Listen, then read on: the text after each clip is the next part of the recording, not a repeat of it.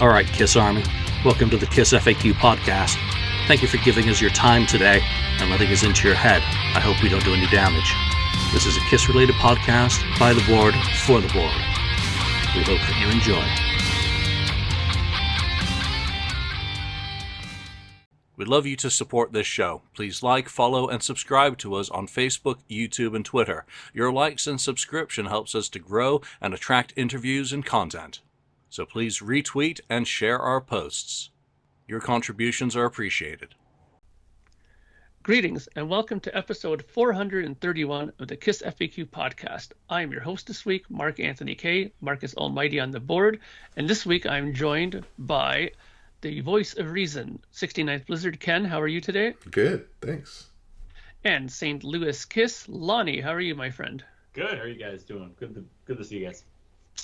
You too. Good. Now, before we start today's episode, I just want to take a minute here to acknowledge the passing of a musical legend, in my opinion. This could be up for debate, but I don't care what anybody thinks. In my eyes, he's always been a legend, in especially the thrash music scene. Gord Piledriver Kirchen has passed away today due to lung cancer complications, from what I understand. I spent 5 years in Piledriver. They were known then as the Exalted Piledriver for copyright reasons or whatever bullshit that was going on then. But I've always said that Gord was one of the smartest people I've ever met when it came to music. I could talk on the phone with the guy for 4 hours and not even realize that long had passed. We could talk about Zappa. We could talk about all kinds of stuff. And he was a wealth of knowledge. He was a great songwriter. He was a good friend. He was a very personable guy, very hard on his sleeve type of guy as well. But when he got into that Piledriver character on stage, wow, watch out. You know, he was somebody totally different, but in a cool way. The 5 years I spent in the band with him were times I'll never forget. Luckily, Gord was a guy who filmed everything that he did, so I have a wealth of DVD footage of me in the band. We toured across America. We went into Europe, and the European tour was something I'll never forget because it was such a fantastic time in my first ever sort of tour of Europe that I did. So I'll be always grateful to Gord for having me come in the band and asking me to join the band. And rest in peace, my friend. You're gone way too early, like many people are at these times, I'm noticing. So I hope the journey to the other side is fun, peaceful, and go jam with Jimmy and the guys, okay? Okay, so with that said, let's go on to the news of the day for Kiss stuff. But before we do that, why don't we go over to our good friend Lonnie and see if you can whip up a couple of comments from the last episode that we did.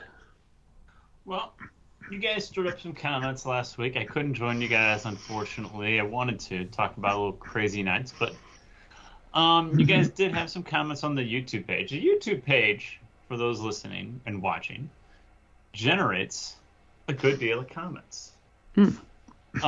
Sylvie Ruse says that don't ever take me seriously. I've always loved Crazy Nights, but then again, I've always loved Bon Jovi, Heart, and Ozzy's albums from Ron Nevison. I have warm feelings about Crazy Nights because they performed on the Monsters of Rock Festival in Holland, and although they were not headlining, Iron Maiden was, they gave us a great performance. At the same month, we went to London with 50 people from the Dutch Kiss Army and had a meet and greet with the band for free. Lovely memories. Nice. Thought that was a very good comment.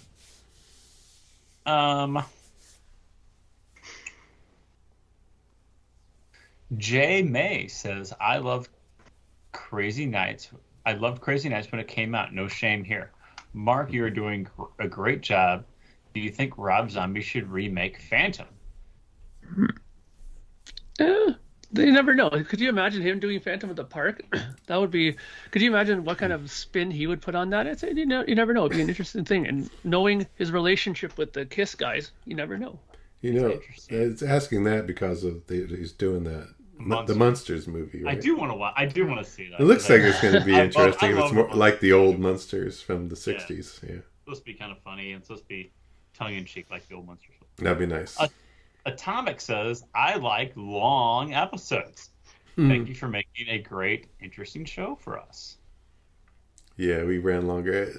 I noticed a couple of people. Julian's not here to rein us in. I think Yeah. A couple of people have said that they like the longer episodes. Some of them. So. Much to Gord's dismay, I'm sure.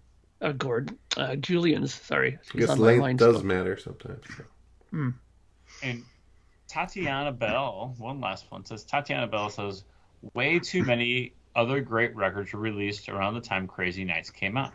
To name a few, Guns N' Roses, Def Leppard, Whitesnake, Motley Crue, Black Sabbath, Aerosmith, Rush, King Diamond, Anthrax, Pretty Maids, Ozzy Osbourne. She goes on for a little bit. It's more than a few. Kiss was outsold. Kiss was outsold by their opponent's ex. Mm-hmm. For crying out loud. I saw the tour with Ted Nugent opening, and it was great.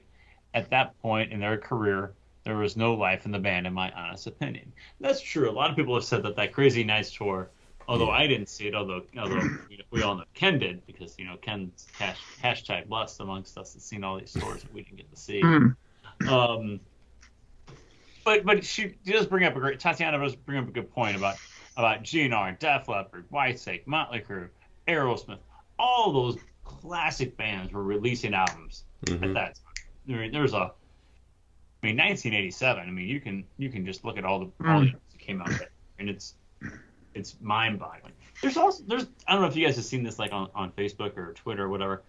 There's a little picture, and it shows like Guns N' Roses, Use Your Illusion 1, 2, and it shows Ozzy, No More Tears, and Metallica, and Nirvana, Nevermind, and Red Hot Chili Peppers. And it says all these albums came out, and it was Pearl Jam 10's in there too. All these albums came out within like 50 days of one another. Like that's crazy. Wow. It's crazy. Yeah. That is crazy. Yeah. The funny thing is that none of us realized at that time what these albums would have been like, what the impact they would be like 20 years later on us, At that time, they were just like, hey, there's some new albums coming out, man. Do you hear this new band? It's fucking awesome, Yeah. And that's about it, But if we would have known back then how classic these records would have been, wow. I mean, we would have been felt blessed at the time, Yeah. Yep. Great. So thank you very much, Lonnie, for doing that, for sharing some comments. And of course, we say all the time for you guys to leave comments, and this is no exception for this episode as well. Feel free to leave your comments, and I'm sure you will once you know what we're going to be talking about. But before we get to the topic, let's talk about a bit of KISS news. So, KISS played West Palm Beach yesterday, September 21st, at the I Think Financial Amphitheater. According to Ken, there was speculation because of whether or not they were going to actually do this show. But there was also something else that happened at this show that was very head-scratching. How about filling us in, voice of reason, on what happened? Yeah, well, it was in danger of being canceled again, I guess, for a third time or whatever, but because of lightning, thunder, that sort of thing, they said take shelter or whatever, or shelter in place. But they finally got it going again, and, the painter came out, did his thing, and then KISS played, and I guess KISS did not, they cut 3 songs out of the set list, one being Deuce, which is... How could you even get rid of Deuce? It's like I can hear you go. From what I read, I can hear Julian falling on the floor off his chair. I mean, that's what I hope. I'm guessing that's true because that's what I read it, of course, on the KissFAQ. But you read it on the internet, so I read it on the internet. It must be true. But the other ones were, I think, Say Yeah and what did I say? The other one was the third one. Tears Are Falling. Tears Are Falling. Yeah, I believe. So. Yeah, that's kind of that's too bad. I guess there are curfews and things like that, but it's got to be partly due to the curfew. Or whatever. do you think it could have been one of these things where just before they started, Paul runs over to Gene and goes, "Hey, Gene, I think there's still some fucking lightning out there. How about we cut a couple songs and get the hell out of here?" Yeah, okay. Possible as well. Yeah. Well, I don't know. They had. Yeah, I would have definitely said that if they were doing their old destroyer stage with the lightning bolts and stuff. That thing is like a conductor, man. That you you're asking for it, if a thunderstorm's around. But anyway. So I think they're playing Louisville, like this Louder Than Life festival coming up, and they have a show in Sacramento. Aftershock. Aftershock. Yeah. So before we really get going on our main topic, just a little speculation, do you think there's been no talk of a final show? Mm-hmm. There's been no talk. I know we got the cruise coming up in October. They have one show announced in Japan, which I think is very odd that we have one show announced in Japan. Like, we're going to go all the way to Japan for one show. I think that's kind of strange. Yeah. But what are your guys' thoughts? What's going to happen in 2023? Real quick before we get going into our topic. Will KISS do a run through America? Will KISS go back to Europe? What are your guys' thoughts? And I'll give mine. Well, I got a feeling that they're not saying anything because I think they're still trying to iron out the last show. I think they're still in negotiation. I think they want to have the final big bang. I think they want to bring in the guys to do it, and I think they're playing hardball. I think they're saying, "No, man, fuck that. If you want me there, then I want this, this, and this." And you know what? I think they kind of feel that they're the ones who are holding the cards this time, because if they don't play, then that's no skin off their back. But it's not going to look good for KISS that they ended without bringing the other guys in there, and they know that, right? So that's a little bit more of a negotiation thing on their end that they can use. Now, whether or not, I could be totally wrong. This is just my speculation. Will they do another run of America to keep the negotiations going? Because the last thing they want to do is just say, okay, the last couple of shows are coming up and then we're done. And he'll be like, well, what the fuck happens at a big last show? So I think they're trying to keep this rolling until they finally get this ironed out. And I guarantee you, the minute they announce it, that's the end of any new dates coming, and then the end of any kind of touring coming. Yeah, I mean, I see what you're saying.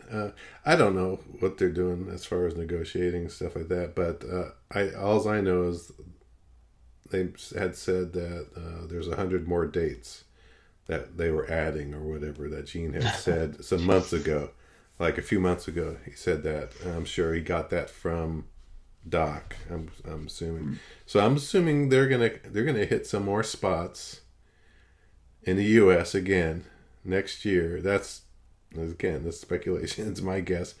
They're gonna play dates in the U.S. again that they haven't played on the last 3 years. Some of these other amphitheaters and things like that. So I'm hoping they come to the one near me, which they played before, that they haven't played since 2000. I think when Motley Crue opened for them, 2015 or whatever it was. So I'm hoping they play Concord as one of those type shows if they're going to do that. There may be some other Canadian dates or something like that possibly too. I don't know. But I think they're going to stretch it out through the whole next year and end it at the end of next year. That's my guess. I think you're right, Ken. I think we're going to hold up for a 50th anniversary celebration at the very end. And then they can legitimately say we've been together 50 years. Although they're going to start saying although KISS's math has never been very great. That's an understatement. But. Right. But I think that I can see another run of US dates coming. A lot of these, I mean, they're playing like 3 shows in North America this fall. They played like maybe 3 shows in North America in the spring, like kind of some makeup dates. There's a reason they're only playing a half a dozen or so shows in America this year. Mm. I really think there's a reason, and that they're building up a little equity, so to speak, so that we can go out and sell big one last time. Mm-hmm. It's been 2019 since we really toured North America. So let's get one more run in, and let's get one more big cash grab before we call it a day. I mean, it is KISS. I mean, we're all sitting here smiling and laughing about it, but it is Kiss. Let's get one more big cash grab before we call it a day. And I think they look at the success that Motley and Def Leppard and Poison had on this stadium tour, and I think they're a little jealous.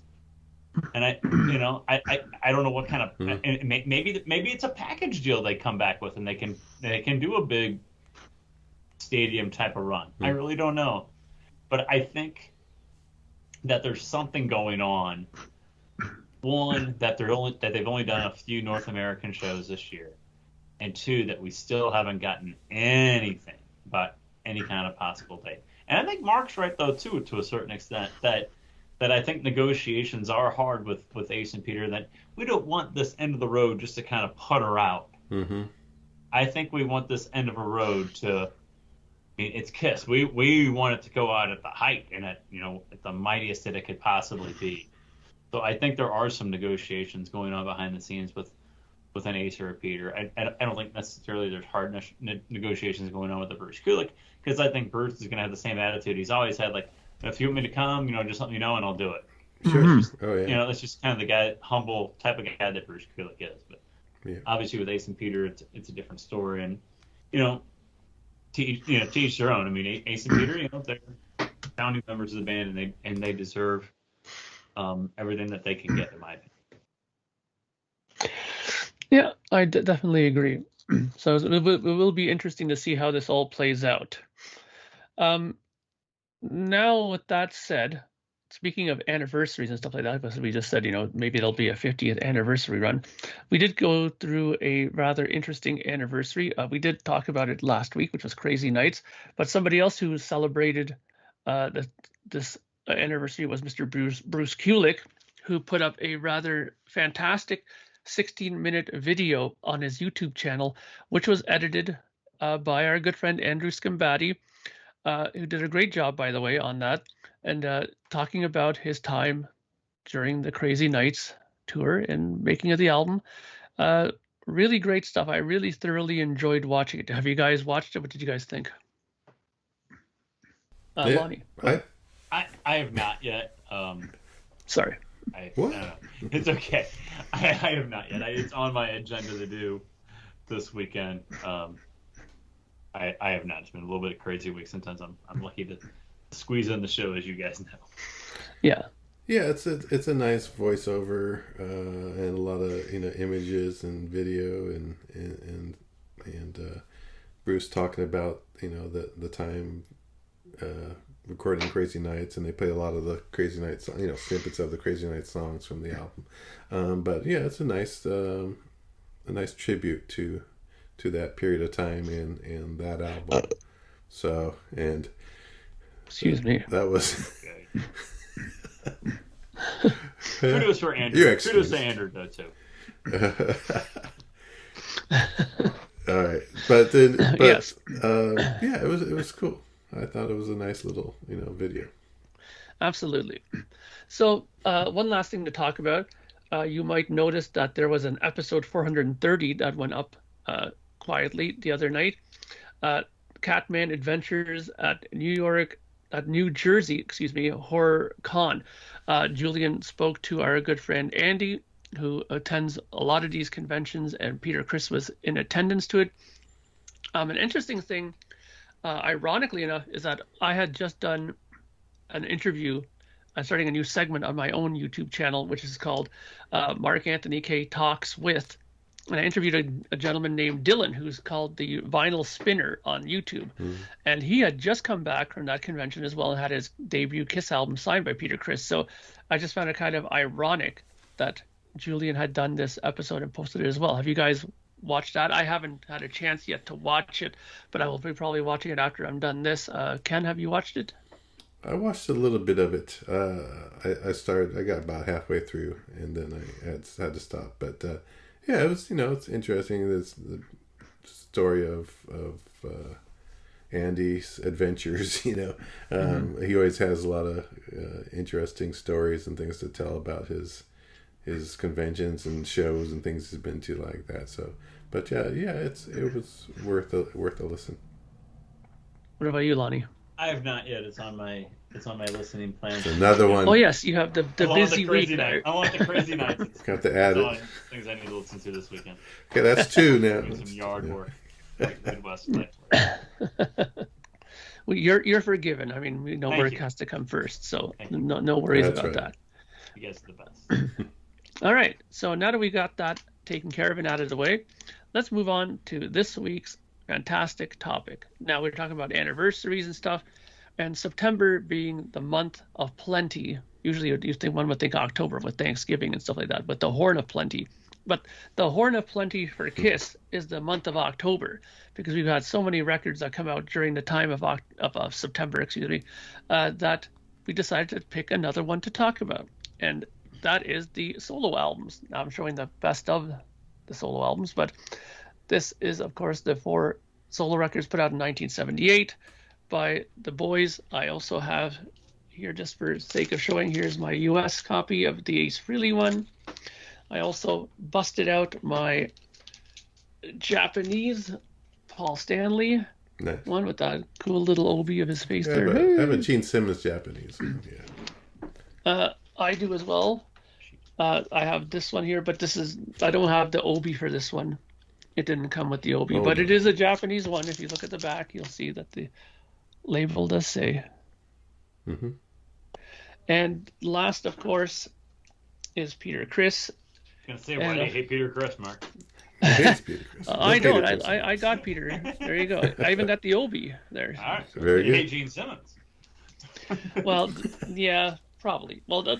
Oh, whoa. Wow. Let's put it this way, and we'll get to that. We'll talk about what our favorite records are and stuff like that. I don't hate them. In fact, I don't hate any of them. But let's save that for the conversation. So let's start off where these conversations usually start off with. What was your introduction to these solo albums?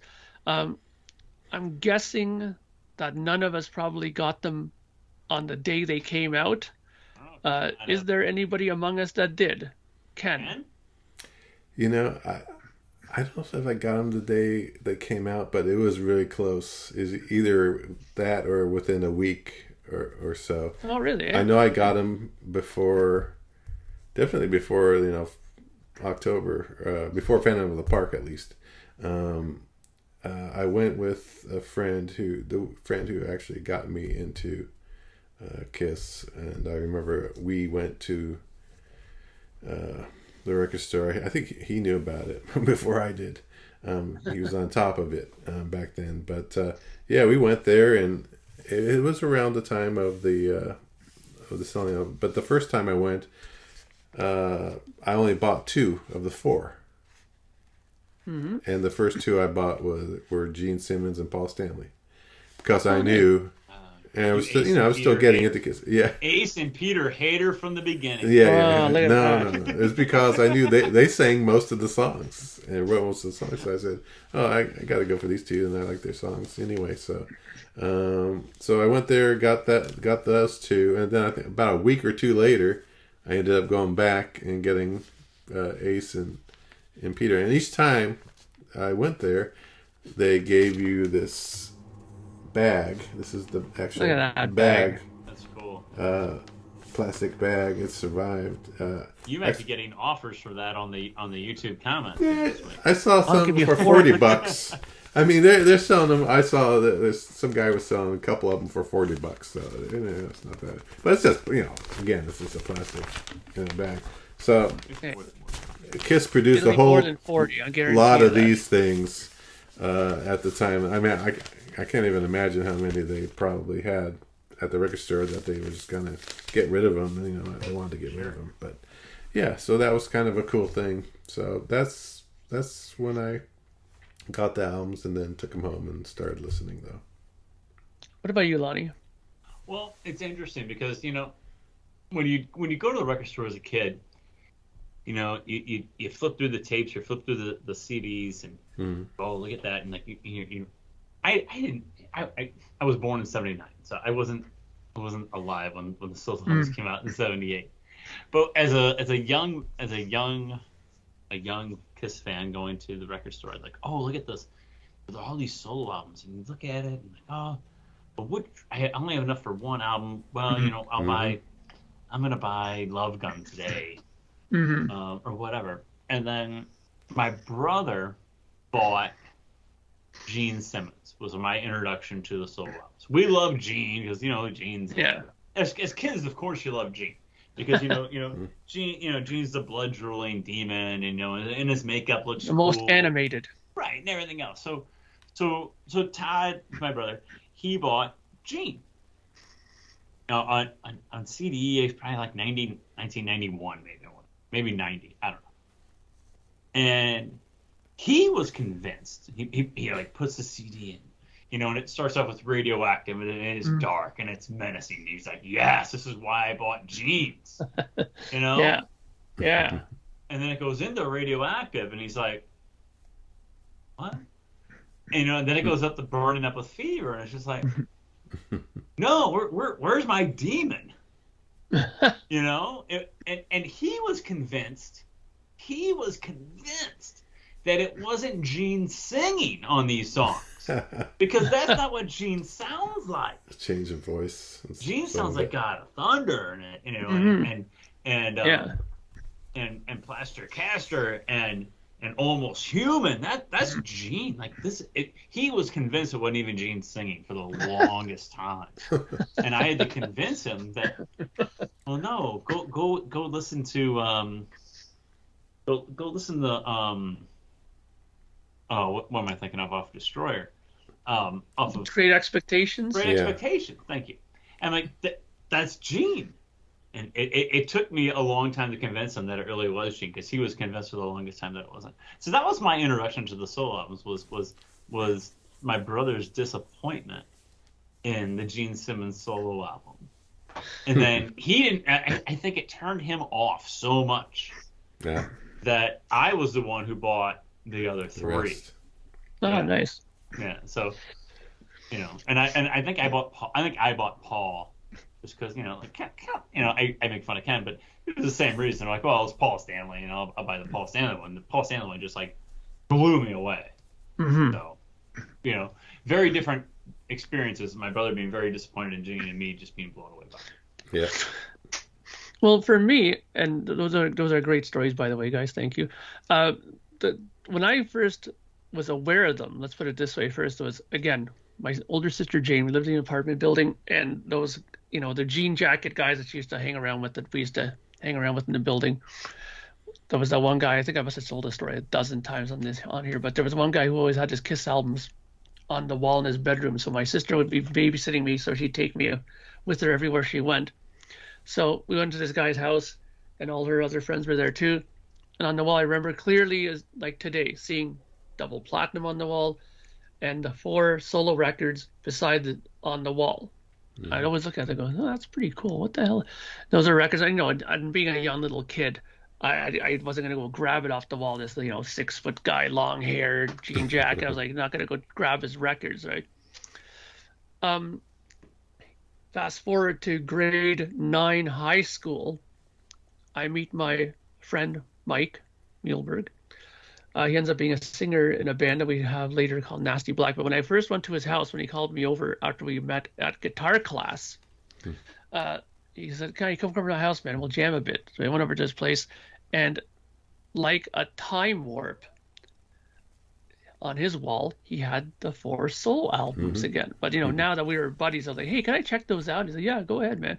So I grabbed them, and of course, I pulled one out of the jacket, and it's just scratched to shit. Like, you could see, like, it's just, like, played, like, 7,000 times.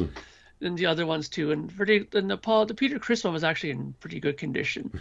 It wasn't played as much as the other ones, but they were all like really played. And I was like, "So these things are good?" He goes, "Yeah, man, these were my brother's copies. He just gave them to me because they are like, pretty shot up now." But that was my actual second time to see it. And then I finally went and bought them on CD. I had the same experience though as your brother, because I bought Gene first, and I was like, "Ooh, what the hell?" Like, I was so like literally when I got to the end and I heard "Wish Upon a Star," I was like, okay. I was like ready to just check out completely at that point. But then, a couple of my other friends said, "You got that one? No, man, get Ace first." So I went back and I bought Ace, and then everything was right in the world. I was like, oh, okay, here we go. And then I bought the other ones, and that was kind of my introduction. It took seeing it a couple of times, and then musician friends to kind of get me into it. And I think when I got into it, then that was, God, like 90s. Yeah, probably like 91 or something. That was when I first actually literally heard them. So, and don't forget, I mean, when these albums came out, I was 5 years old, so I was pretty young. So there was no way I was going to get them when they first came out. So that's my introduction to the albums. Now, of course, the next question that everybody I'm sure is going to be asking is, what is your favorite and what is your least favorite of the solo albums? So let's go around the table. Ken, what is your order of favorite to least favorite?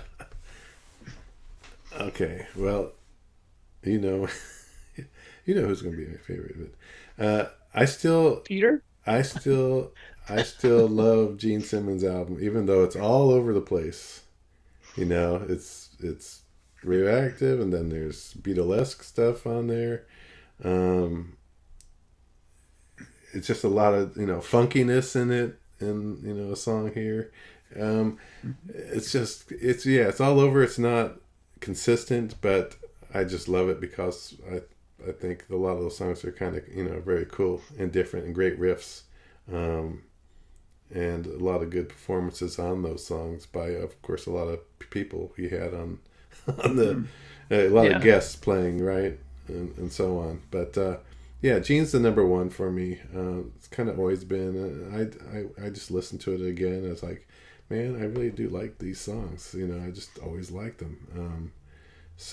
But especially the Beatles-esque kind of stuff, I really, really enjoy, and that's where he's doesn't do his normal Gene Simmons voice. So and then after that, it's kind of a hard one, but I'm going to go with Paul Stanley as number two for me.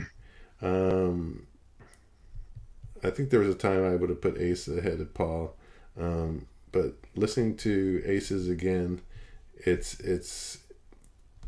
not as good as it was for me back a ways. I mean, it's really good. Obviously, it's a great rockin' album, but I think Paul's is a better written songs, and the lyrics, of course, are better, and so on. So Paul second, Ace is going to be third, and then Peterless is going to fall for him. Though I like Peter's a lot more than I did when I first listened to it, way back when I bought it. It's grown on me more and more as I've listened to to the songs. There's actually some pretty really good stuff, and can't go wrong. I like Peter's voice. I think he has a great unique voice that they should have utilized a lot more on Kiss albums, but that's the order for me. Lonnie, what is your order? My first one is Paul Stanley. I think that album is just an absolute masterpiece, in my opinion. I think any one of those songs could have wound up on any Kiss record and sounded just fine, and no one would have thought anything of it. I mean, I think between Tonight You Belong to Me, Hold Me, Touch Me, Wouldn't You Like to Know Me, Goodbye, I think they're all just so great. Every one of them is a fantastic song. And number two for me is Aces, and similar to Ken, you would have asked me this question when I was in my late teens or early 20s, I probably would have said Ace Frehley's first, but as time has gone on, I've appreciated Paul's more than Ace's. And three is Gene. I like Gene's. There is some good stuff on it, but I just think Ace's and Paul's are superior. And Peter's is fourth, and it's hard. I hate to put Peter's fourth, but you have to put somebody's fourth, unfortunately. And there is a lot of good stuff on Peter's, and similar to Ken, I appreciate it a whole lot more today than I did the first time I listened to it or when I first bought it. I was very dismissive of it, saying, this isn't rock and roll, this isn't Kiss, I don't, but I listen to it now, and you can hear the groove, you can hear the soul in that album, and that's a lot of what makes Kiss so unique and gives them such that unique sound. Is Peter's drumming. So, it's not fair, but you have to rank somebody fourth.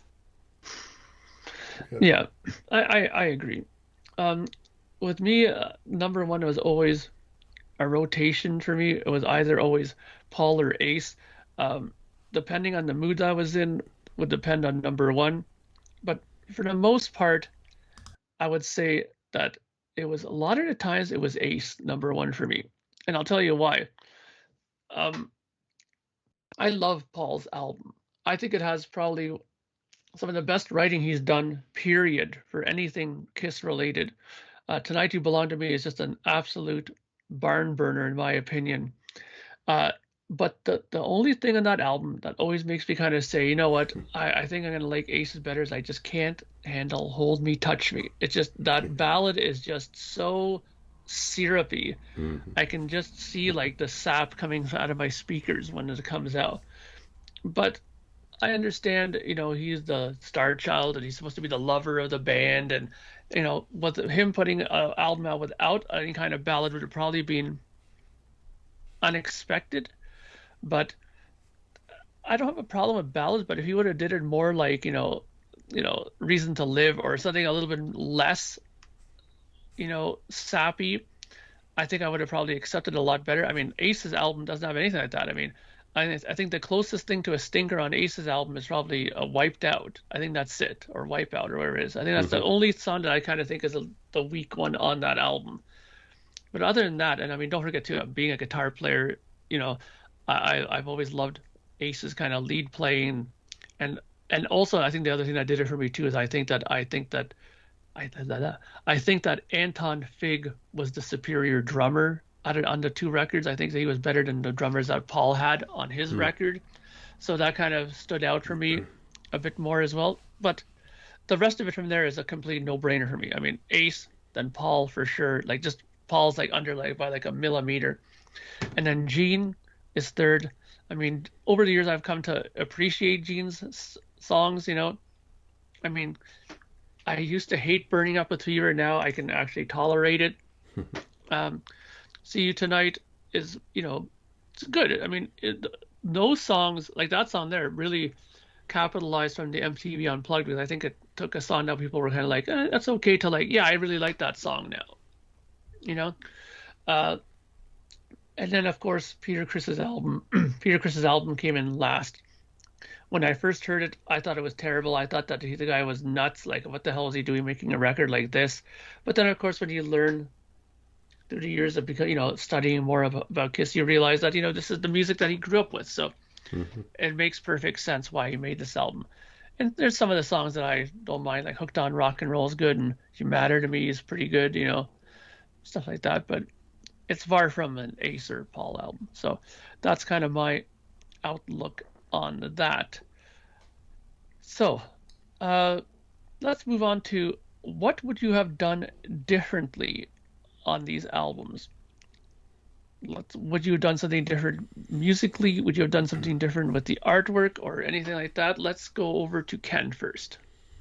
Well, so starting from artwork, I think they got it right. I mean, the artwork is, really great, those paintings. Yeah. So that was well done. Keep them all the same. I know they had to keep it all together where they put Kiss on there, and they weren't going to put the Kiss logo on there. It was just going to be called, solo. They were just going to be separate solo albums. But then they kept it as Kiss, and one of the reasons they kept it as Kiss is because they could knock out a couple of albums on their contract. So, two albums equal one, or two of their solo albums equal one Kiss album, two solo albums. So they knocked out actually two Kiss albums by doing that off their contract. I would have, otherwise, I think I wouldn't have done anything. I mean, you can't really tell them what to do musically. I mean, they're artists, they're gonna do what they're gonna do.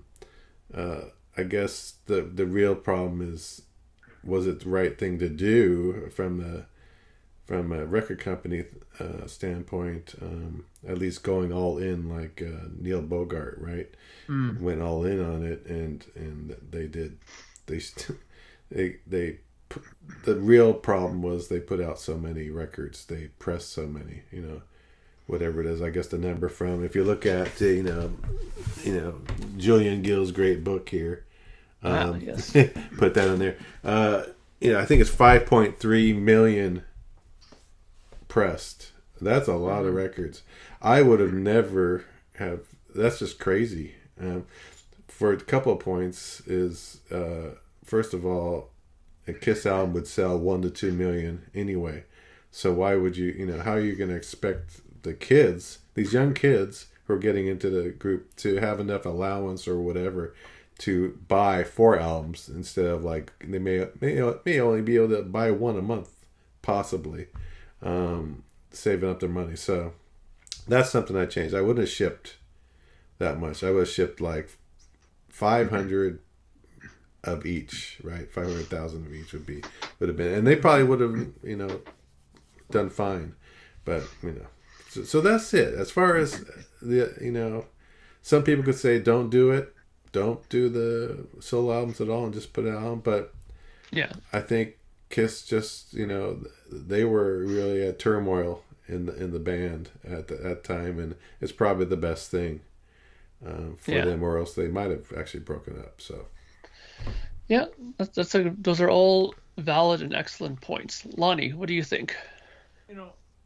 There was a lot of hubris and a lot of arrogance going on with Kiss at the time, that they would say, yeah, let's ship all these millions of albums at once. Yeah. Like Ken said, like, a good Kiss album might sell 1 million, it might sell 2 million albums, but to ship 4 or 5.3 million albums all at the same time, that's very arrogant and very humorous, thinking that, oh yeah, this is gonna work.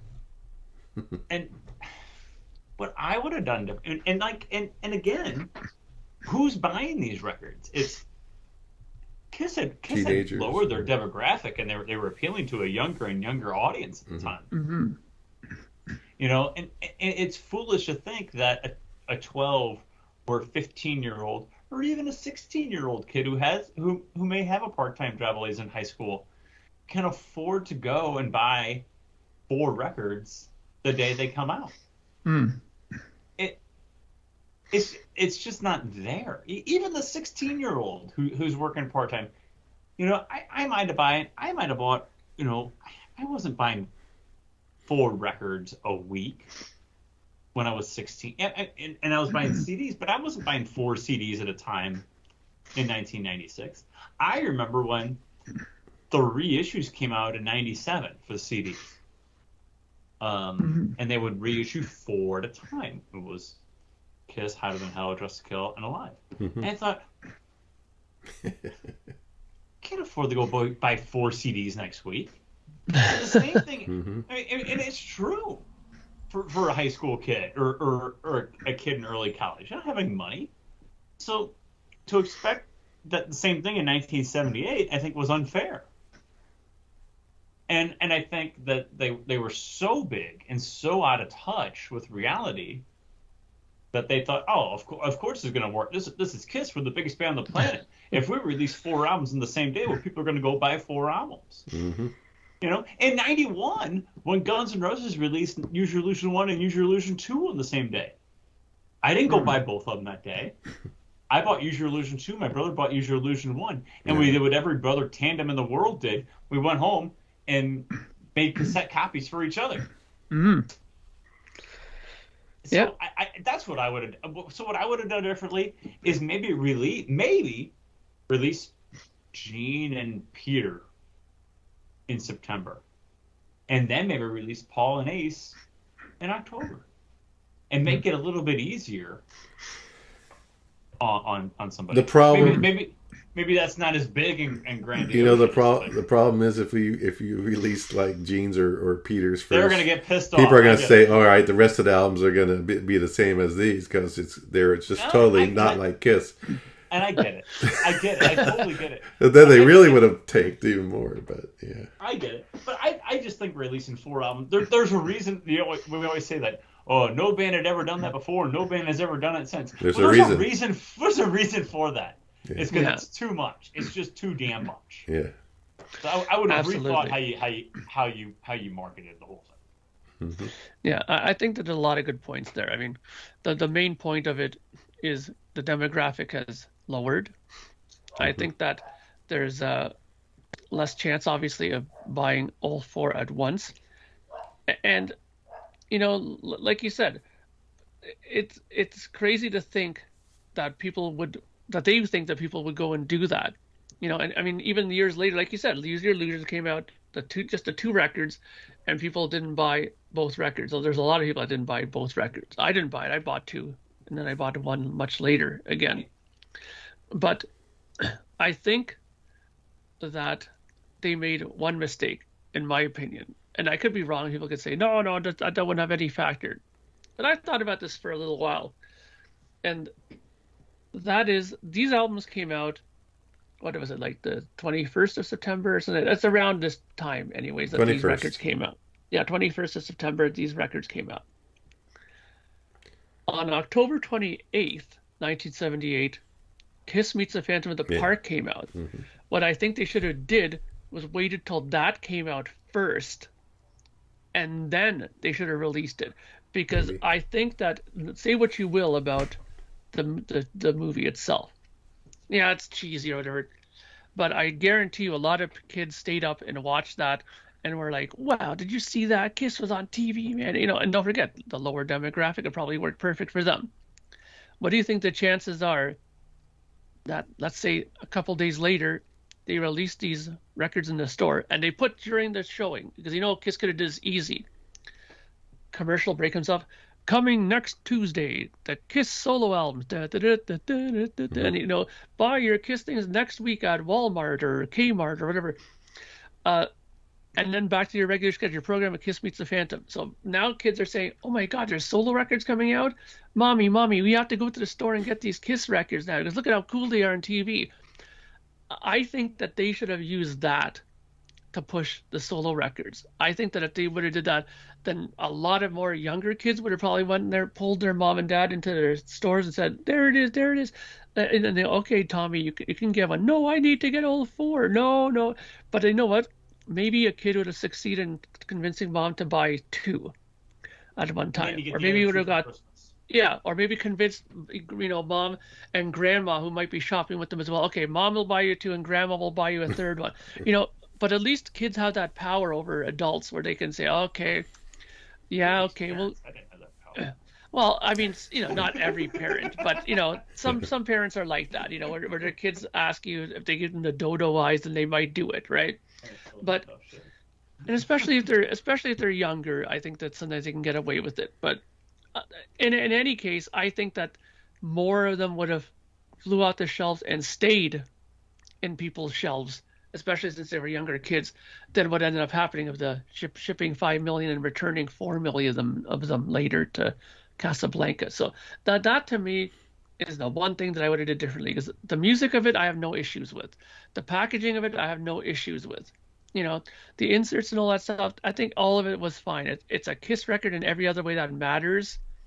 But I think the one thing that they failed on is that they could have used their television savvy at that point to help push the album, because they've always done these little, commercials. Mm-hmm. We've seen them all on YouTube already, Hotter Than Hell, the little commercials. Could you imagine the commercial they could have did that ABC could have played or NBC played or whatever in between the showing of the Phantom? Mm-hmm. I mean, that could have been perfect, And I guarantee you they could have got some kind of deal on it too, because they're showing their movie on and blah. Look, we could probably talk a whole hour on Phantom in relation, but it's unbelievable that I just think that they didn't do that kind of approach to it. Any comments on that? Yeah, no, I think that's a good idea. Actually, that's a good marketing idea to do that. You just catch them and let them. Get them excited for it by watching that movie. Another thing they could have done with part of that is they could have, you know how they ship so many. Well, if you're going to ship 5 million, why don't you do 1 million? If you're going to actually do that many, 1 million of each, and then the final million would be like a compilation of songs, like, you know, like the best of the solo album. But don't call it the best. Just call it something else. But don't say it's the best of, because then they're not going to want to buy the other ones. Maybe you said, oh, okay, they can hear some of the. You can put some of the best stuff on there. Trick the kids, and then they'll go and buy the rest of them. There you go. Nice. If you're gonna do 5 million, that's what I. Deceive the fan base is what the fan voice base. of reason says to do. Yes, deceive the fan base. That's the difference. Yeah, what's the difference? They're just stupid kids, right? So okay, so with that said, we kind of talked about now, you know, what our favorites are and stuff like that as far as the albums are concerned. And earlier on, you saw me hold up this best of the Kiss solo albums record. Now, we were discussing before we did this podcast about putting together our own best of Kiss album that, you know, what we feel would be an appropriate best of Kiss album. So let's go through our selections that we did for our best of solo records. Now, how do you guys want to do this? Do you want to just go and say what we all had and then talk about them, or do you want to go song by song? It's up to you guys. Let's just say what we have. Say what we chose. Okay, so who wants to go? So how about we get Lonnie to go first and tell us what you chose as your Kiss best of solo album? The rules were that we had Were there rules? There were rules. There were rules. Oh no. That we had to choose 8 songs. 8, yeah. 2 from each solo record. Yes. So Correct. it's essentially our 2 favorite songs from each solo record. What it comes to. Yeah. So I chose Radioactive Mm-hmm. and See You Tonight from Jeans. Mm-hmm. 2 very different songs, but very good. From Paul's, I chose Tonight You Belong to Me and Wouldn't You Like to Know Me. From Aces, I chose Speeding Back to My Baby and Rip It Out. And from Peters, I chose You Matter to Me and I Can't Stop the Rain. Mm-hmm.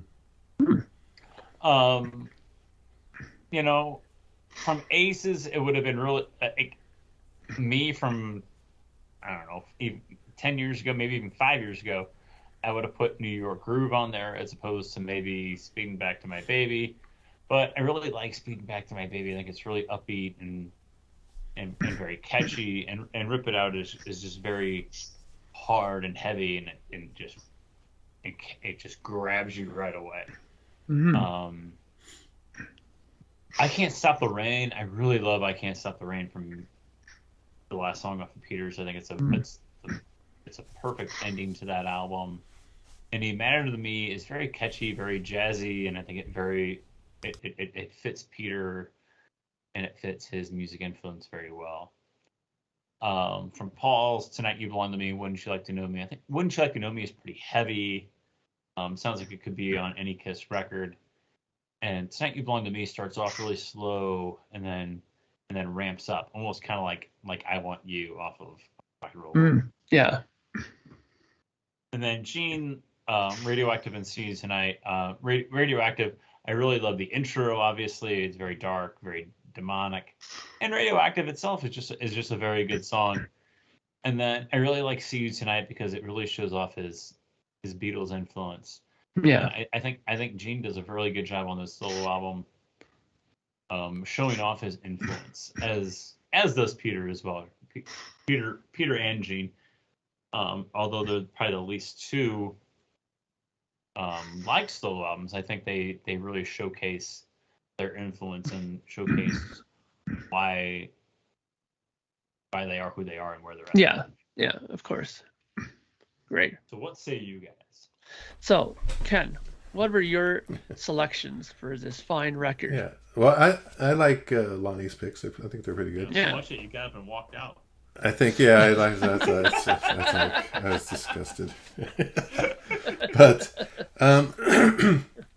the other, before I do my songs, I just thought of something. Well, and it's funny, I grabbed this one, but this one actually is a signed Look at that. copy of Gene Simmons' album. But just another quick thing is that what they did right and wrong, but this is kind of cool. The right, they put the face on there, right on the label, right, which was kind of cool.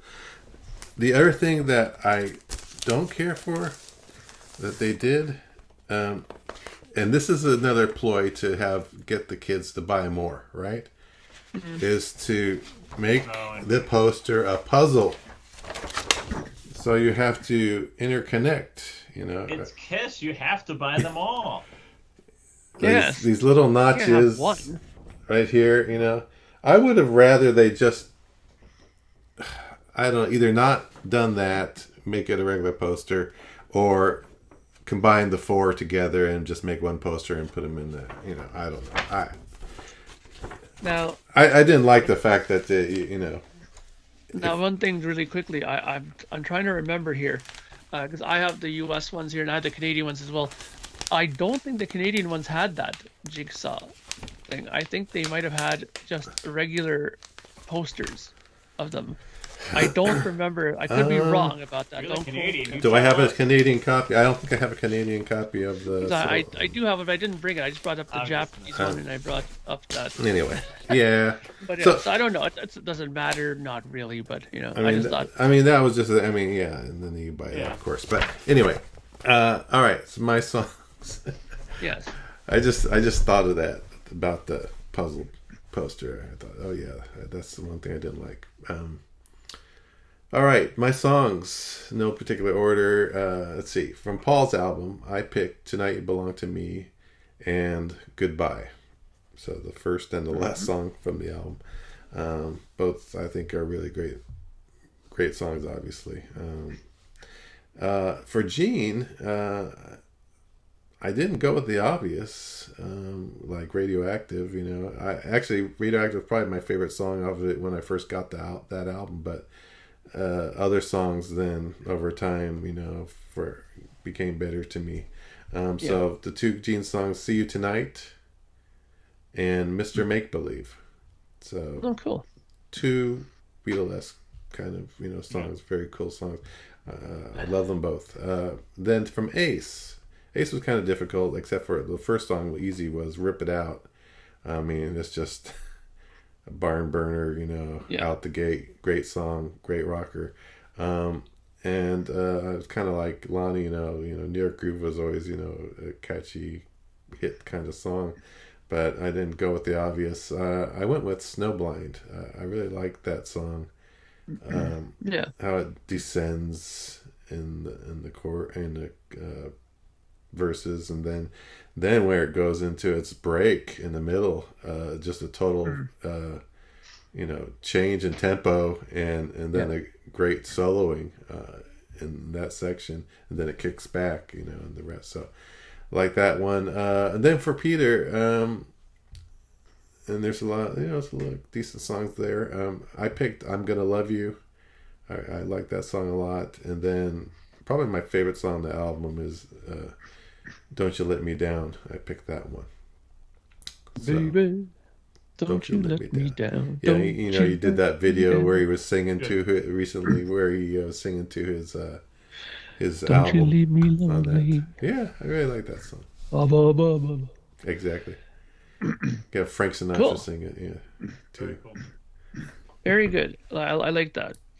Now, when I did my list, of course, I immediately assumed that it was going to be some sort of order. So that's my fault. I didn't make it more specific as far as what to do. But I did a side A, side B. So for my side A, I picked to start "Tonight You Belong to Me" from Paul's album. Now, I always thought that was a great opener, whether it was a Paul Stanley solo thing or it could have been a great Kiss song. I could see it opening a Kiss album easy if Kiss had done that song.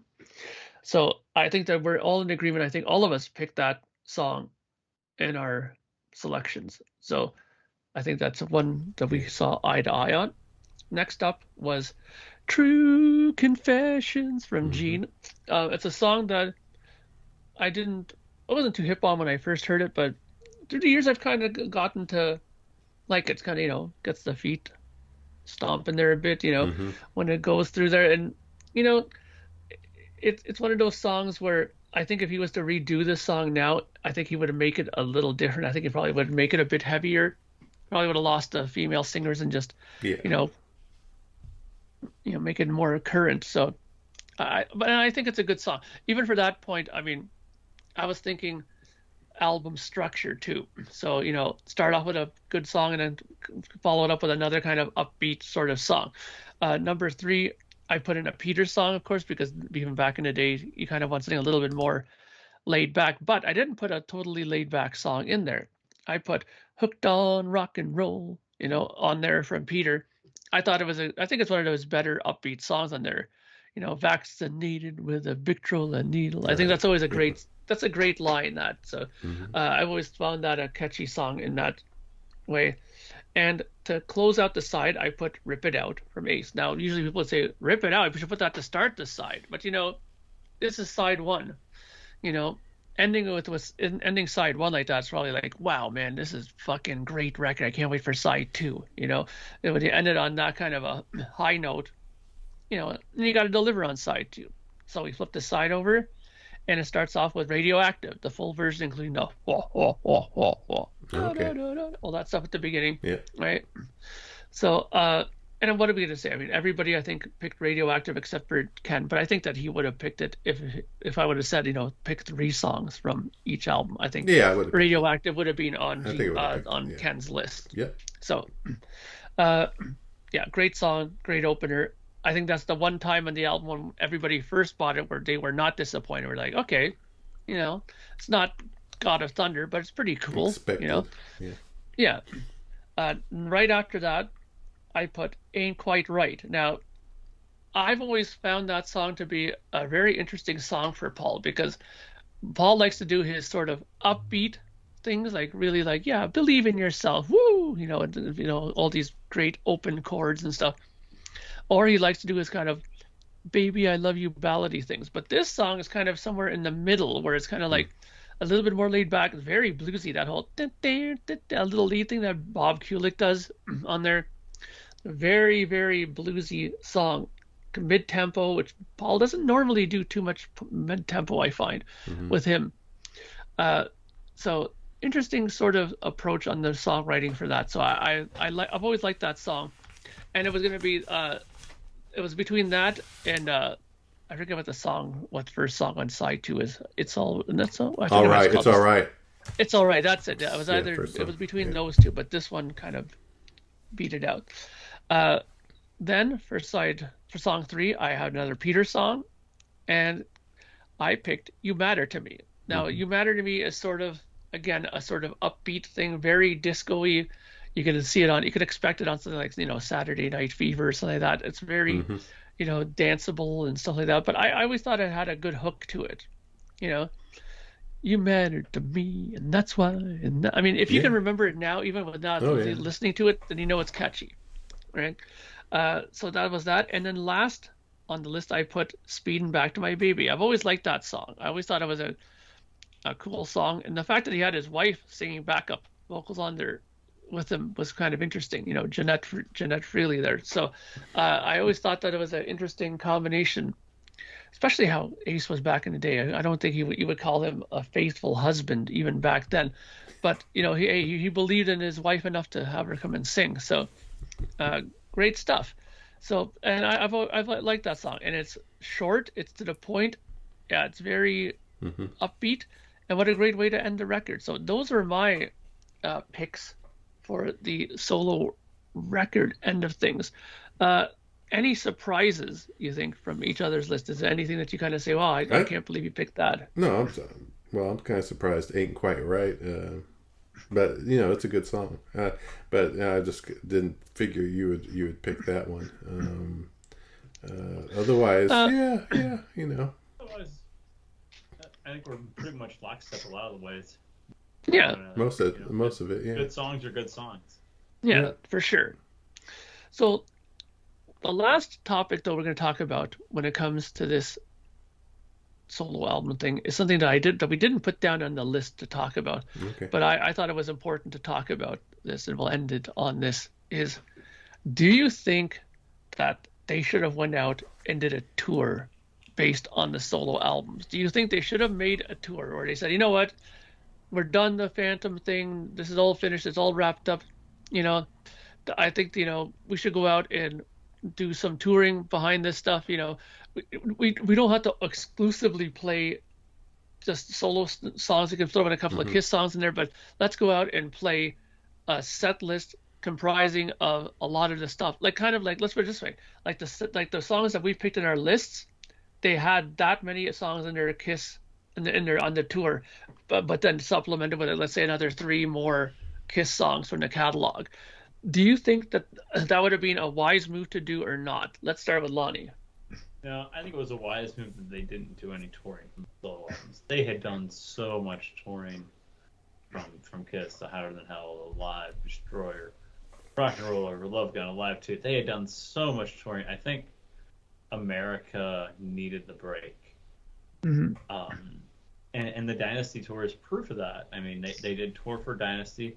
Dynasty sold well. They came back. They were super Kiss. You know, and the Dynasty tour could have sold better, in honest opinion. Mm-hmm. So I think giving America the break was wise, and they were able to build their Dynasty tour as the return of Kiss, where had you toured for the solo albums and then toured for Dynasty, and they like, are these guys ever off the freaking road? So I think it was wise to give the touring a break, and to give Kiss a break from each other at the same time as well. So I think it was wise. Now, before we go to Ken, don't worry, we're going to get to you, my friend. Do you think that that's also the reason why when they came back for Unmasked, that they decided, okay, forget America, let's just do Europe? Do you think that they did that because they might have thought, even with Dynasty, that they might have came back too early? Lonnie? Oh, I don't know if you're talking to me. Yeah, no, following that.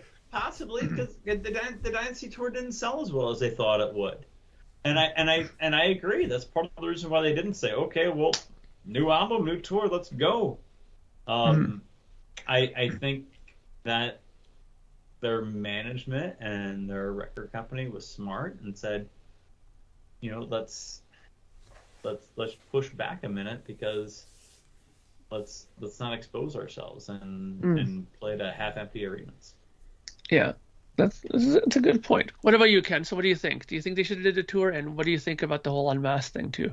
Yeah, I think if they would have done a tour in '78, they would have had to do their regular set list pretty much. Maybe just throw in a couple of the songs from the solo. I mean, it probably would have sold well still at that point, but and it probably would have been sold better than Dynasty anyway. But I think, yeah, they were burnt out. You know, like Lonnie said, they were touring and touring and touring. So I think the big problem was, you know, after the solo albums, I mean, let's face it, they probably just should have done a rock album at that point. But they did the solo albums, and then Dynasty, they kind of put another nail in the coffin with the, you know, I Was Made for Loving You. You know, people were hoping for, you know, back to a real rock album, I think, at that point, and that's not what they got. They got Dynasty. So that didn't do well. And then, like, you know, you're talking about Unmasked, and it's just another, again, I think because of Dynasty didn't do too well touring, they had a hard time getting promoters to buy into for Unmasked, based on how they were doing. So yeah, they couldn't do it. But yeah, so '78, definitely they needed a break, and maybe they just needed a break and they shouldn't have done the albums at all. But we got the albums. I love the albums. But you know, it's hindsight's 2020, but Yeah. it's part of history, as they say now. So Yeah. anyway, Well, I kind of thought to myself when I thought of this just now, well, if what would have happened, like let's say hypothetically that they did what I mentioned earlier, that they put out the Phantom of the Park and then they put out the solo records, I think they might have had slightly better sales. And you know what it is with them? They were burnt out, like you said, and they didn't want to tour. Peter wanted to get the hell out of there. So did Ace at one point as well. And sometimes when something becomes successful, it sometimes changes your mind a bit, right? When you're like, oh shit, like if they would have turned around and said, okay, each of the solo records did sell their projection of let's say 5.5 million copies, then maybe they might have been like, oh shit, okay, we're really onto something, and maybe a tour would have been a right thing to do at that time. But I think the whole problem with it was the fact that they weren't interested in the band, those guys. So no matter what happened, I think that touring would have been probably a big mistake at that point to do, regardless for the solo records. How is that gonna, thinking about it, how is the first solo albums, they're already kind of at each other's throats and stuff, and they're getting tired of it.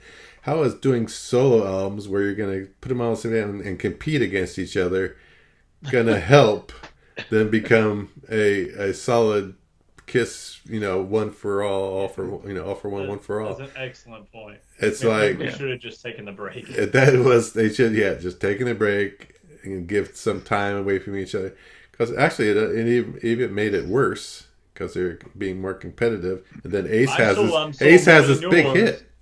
Ace has this big hit, and like, see, and then he knows I can go out, I can go on my own. That spawned the whole problem with him. And then there was always like little minutia things that were like causing issues. Like look at the Peter Criss record. He's the only one who had like a separate lyrical insert. None of the other guys had it too. Oh, yeah. So of course, what Peter is. He has to make sure he has something better than the rest of the guys on his, right? And he had two singles too. Yeah, there you go. See, there you go.